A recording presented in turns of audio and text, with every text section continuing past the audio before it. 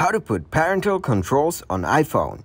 Hello everyone. In this video, I will show you how to put parental controls on iPhone. First, go to the settings. Now select screen time.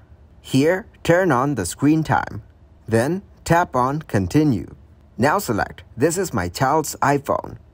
After that, you can also select downtime for your child.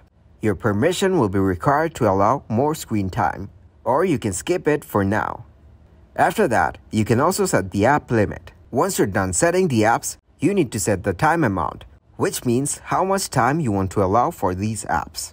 Next, you can set content and privacy. Tap on continue. After that, you need to set a screen time passcode. Then, re-enter the screen time passcode.